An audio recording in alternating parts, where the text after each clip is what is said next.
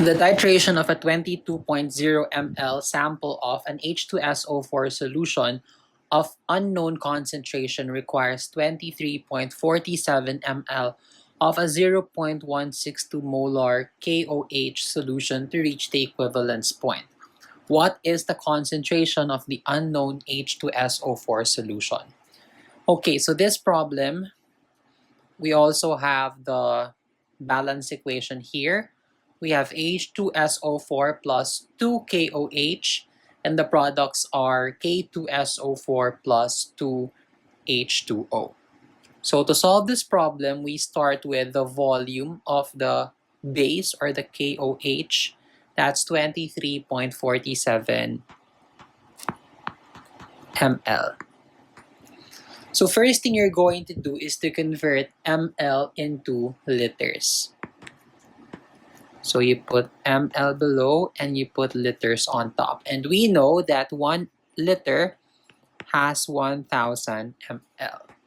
So the ml would cancel out, and now you have your liters of the KOH. And in the problem, we're also given the concentration of the KOH, which is 0.162 molar of KOH. Just remember that capital M is just the same as moles over liters. So when you say 0.162 capital M, that's just the same as saying 0.162 moles per liter. So therefore, for every 1 liter of the solution, it contains 0.162 moles of the KOH. So the liters would cancel out. And now you have the moles of KOH. We now look at the balance equation. So if you look at the balance equation, for every 2 moles of KOH, it reacts with 1 mole of the H2SO4. So for every 2 moles of KOH, 1 mole of H2SO4. So the moles of KOH would cancel out. Now you have the moles of H2SO4. So grab your calculator. So let's solve this. So 23.47